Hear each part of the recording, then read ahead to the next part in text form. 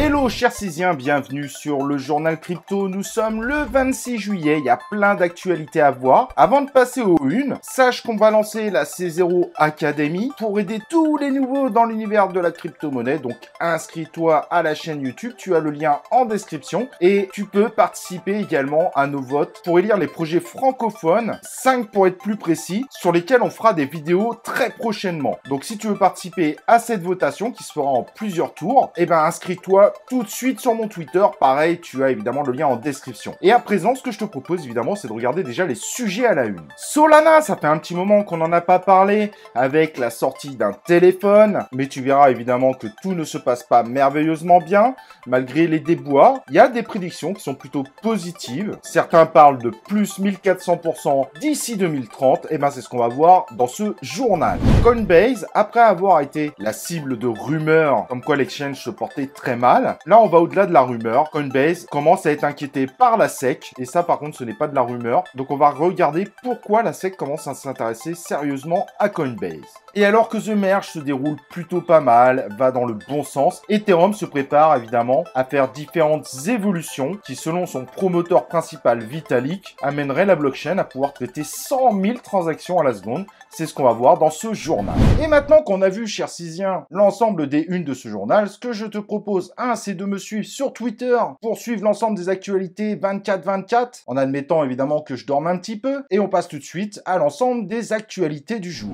Le métaverse dans l'univers de la crypto, c'est un terme qui intéresse tout le monde. Tout le monde dit « Waouh, le métaverse, lequel choisir ?» Et pourtant, un certain nombre d'études semblent montrer que le métaverse, finalement, pourrait se retrouver un petit peu comme les mondes connectés. Tout le monde en parle, tout le monde a l'impression que tout le monde va en vouloir, mais finalement, les consommateurs n'ont pas l'air spécialement d'en vouloir tant que ça. Certes, c'est un peu un terme fourre-tout, mais une étude montre que les gens veulent principalement utiliser le métaverse, en fait, pour accélérer une expérience d'achat, avec évidemment quelque chose qui approcherait de l'achat dans la vie réelle. Et à ce moment-là, si on est dans ce cadre-là, le métaverse pourrait intéresser 44% des interrogés. Donc les métaverses qui seraient sur des domaines assez spécifiques de vente auraient beaucoup plus de chances de réussir. Tous les métaverses qui veulent vraiment amener les gens à passer toute leur vie dessus, un peu comme une seconde vie, semblent ne pas du tout en réalité attirer le public. Et c'est ce qui est assez étonnant, c'est que les études qui sont faites sont totalement en décalage avec les investissements qui sont créés. Tiré de ce terme métaverse aujourd'hui, c'est des assistants virtuels avec des informations sur des produits, des informations sur des produits qui du coup seraient plus riches et dynamiques que si on était dans un magasin tout seul, des possibilités de personnalisation, des achats accélérés et pourquoi pas des produits de marque mais exclusifs au métaverse. Mais le fait de passer sa vie de façon sociale sur un métaverse n'est pas du tout quelque chose qui est remonté comme une envie des consommateurs. Donc à voir, c'est encore évidemment trop tôt pour se faire une idée concrète, mais tous ces investissements dans le monde du métaverse pourraient finalement se terminer comme les mondes connectés, des investissements qui n'ont pas du tout apporté les bénéfices attendus. Voyager Digital vient de refuser l'offre faite par FTX et Alameda, alors que la plateforme est en faillite. Et selon la plateforme, la raison est simple, c'est que cela va ruiner la valeur des portefeuilles qu'ont les clients chez eux. Pourtant, d'autres économistes pensent que c'est une aubaine pour les clients, pour qu'ils puissent au moins récupérer un petit quelque chose. Mais autre cas, pour le moment, a priori, cet achat n'est pas fait du tout.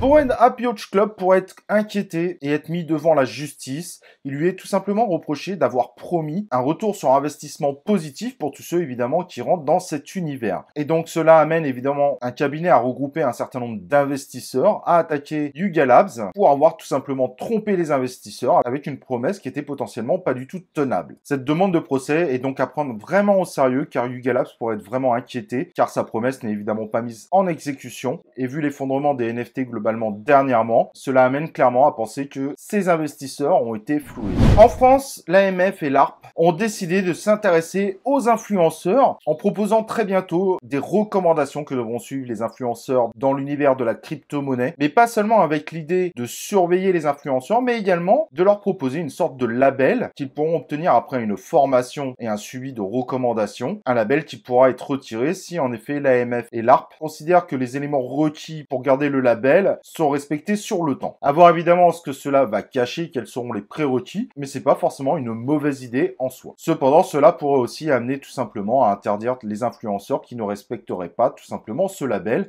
mais ça on n'a pas encore d'informations autour de ce sujet. Tout ce qu'on voit, c'est que l'AMF a quand même beaucoup de difficultés à mettre des choses en place, c'est relativement long et cela pourrait également mettre plusieurs années, même si l'annonce a été faite dernièrement. Alors, avez-vous suivi Solana et sa crypto Sol? Il est vrai que la blockchain a vécu de véritables difficultés, surtout sa crypto-monnaie. La blockchain est tombée en panne plusieurs fois. Il y a des failles très graves qui ont été trouvées par des développeurs, mais sur le coup de bonne volonté, qui n'ont pas profité des failles trouvées, mais qui ont permis justement aux équipes de Solana d'améliorer la blockchain. Bref, à ce jour, il faut être honnête, la blockchain ne répond pas du tout aux promesses qui avaient été faites des 40 000 transactions secondes sans le moindre pépin. Mais bon, on reste évidemment sur une blockchain très jeune. Également, au niveau des actualités, Solana a proposé, ou a tenté du moins de faire un buzz avec un téléphone, le Saga, téléphone haut de gamme à plus de 1000 $, énormément axé évidemment Web3, Metaverse, etc., etc.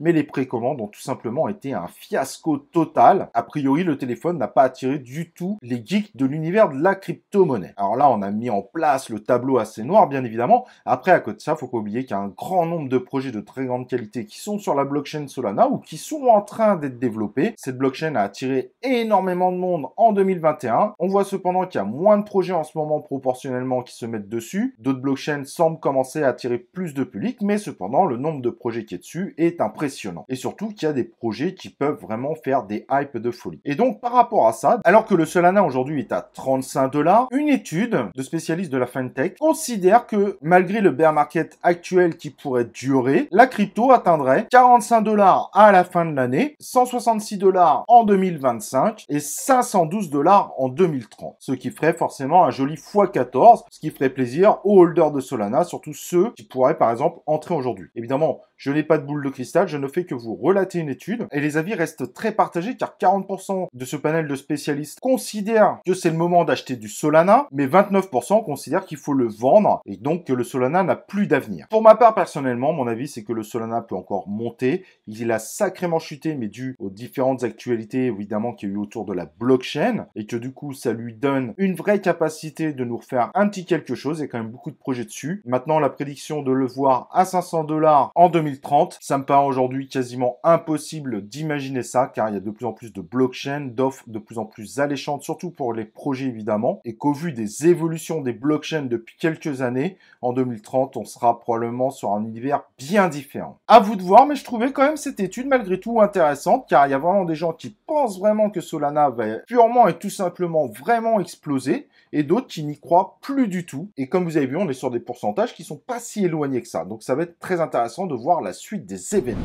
Et alors que Coinbase venait de démentir qu'ils avaient des problèmes financiers, d'insolvabilité, dus à certaines rumeurs qui commençaient à circuler un peu partout, selon Bloomberg, la SEC, le gendarme financier américain, semble enquêter évidemment sur la plateforme qui aurait potentiellement listé des tokens non enregistrés aux États-Unis. Et ça, en effet, ça va poser un véritable problème à Coinbase. On sent bien évidemment que la relation entre Coinbase et la SEC depuis quelques temps se dégrade de plus en plus. Pour essayer de faire simple, la SEC reproche tout simplement à Coinbase de permettre à ses clients de trader évidemment des tokens qui devraient être enregistrés tout simplement comme des securities, mais dont les auteurs des tokens ne sont tout simplement pas enregistrés. Et cela évidemment ne va pas arranger Coinbase, car Coinbase a confirmé finalement que les rumeurs de délit initié d'un de ses employés sont réelles. Celui-ci avec son frère et quelqu'un d'autre profitaient des futurs listings pour se faire des petits paquets d'argent. Bref, Coinbase commence de plus en plus à se mettre évidemment la SEC sur le dos. Cependant, il faudra voir si cette enquête va amener évidemment à un procès. On reste au niveau d'une enquête tout simplement. Mais sur le coup, cela ne devrait pas impacter l'univers des crypto-monnaies, mais devrait surtout impacter le cours de l'action évidemment de Coinbase s'il s'avère évidemment que cette enquête finit sur un procès. Coinbase a fait une petite réponse sur son blog très rapide pour embarrer indirectement la SEC en disant que Coinbase ne liste pas de titres, fin de l'histoire, et qui remet un peu en cause aussi la SEC avec qui il serait difficile de dialoguer et donc de travailler pour potentiellement évidemment choisir les listings. Donc il faudra voir ce que ça donne, mais ça peut devenir une des grosses stories évidemment, au même titre que Ripple XRP en 2021. Et donc comme je vous disais, l'Ethereum, on a plein d'années d'évolution d'Ethereum. Vitalik parle d'amener Ethereum à être capable de gérer 100 000 transactions par seconde, ce qui serait extraordinaire pour le futur bien évidemment. Mais vous l'avez bien compris, cela prendra plusieurs années. L'idée c'est d'avancer sûrement, mais en ne mettant jamais évidemment l'aspect sécurité de côté. Et ça c'est la marque de fabrique évidemment de la blockchain Ethereum. Alors que normalement le 19 septembre prochain, on verra The Merge en production, donc sur le réseau principal que tout le monde utilise, ce qui devrait baisser considérablement évidemment le côté énergivore de Ethereum. On parle de moins 99% d'énergie utilisée. Ethereum prévoit déjà 4 mises à jour, The Surge, The Verge, The Purge and The Sludge, qui viendront continuer à faire évoluer la blockchain Ethereum. Et tout ceci avec pour objectif de dépasser les 100 000 transactions par seconde. Et donc selon les estimations qui sont faites, avec la mise à jour de The Merge sur le réseau principal d'Ethereum, Ethereum sera à 55% de son développement global, au tout cas du développement actuellement imaginé. Donc après The Merge, normalement en 2023, on aura The Surge qui se mettra en place avec l'objectif d'une mise en place de sharding, avec donc l'idée de fragmenter des opérations selon le type d'opération. En gros, si vous avez suivi un petit peu cette chaîne, l'idée est de faire un petit peu tout simplement comme le programme de Polygon ou de la BNB Chain. La mise à jour The Verge qui sera plus tard a pour objectif, elle, de diminuer la taille des blocs. Cet objectif amènera la possibilité d'être plus facilement un validateur sur la blockchain et donc d'amener indirectement à plus de décentralisation de celle-ci. Et évidemment, quand ce travail sur les blocs sera réalisé, le but, ça sera de faire The Purge et donc de nettoyer évidemment la blockchain dans sa globalité d'un certain nombre de données qui sont excessifs et qui sont pas forcément nécessaires au bon fonctionnement d'Ethereum. Ce qui devrait du coup, par défaut évidemment, optimiser et accélérer la blockchain. Bref, très joli programme. Évidemment, on suivra ça sur la chaîne. Ethereum avance certes doucement, mais il y a au moins une chose qu'on peut pas lui reprocher, c'est que la blockchain tient la route, elle fonctionne bien, on ne voit pas de failles de sécurité être mis en avant, et l'ensemble de ces mises à jour, même si elles mettent plusieurs années, pourrait amener Ethereum à devenir vraiment, voire redevenir dans le futur, le leader incontestable, car en effet, tant que toutes ces mises à jour ne sont pas mises en place, il est possible qu'Ethereum perde son statut de leader en termes de DeFi, mais qu'il le retrouve plus tard, si les performances annoncées sont vraiment respectées. Bref, les blockchains vont encore sacrément évoluer, on risque d'en voir encore de toutes les couleurs. Voilà, en tout cas, j'espère que vous avez été ravis par ce journal crypto. N'oublie pas de t'inscrire sur la chaîne YouTube, d'activer les cloches de notification, de liker cette vidéo, et nous on se retrouve évidemment pour une prochaine vidéo du journal crypto.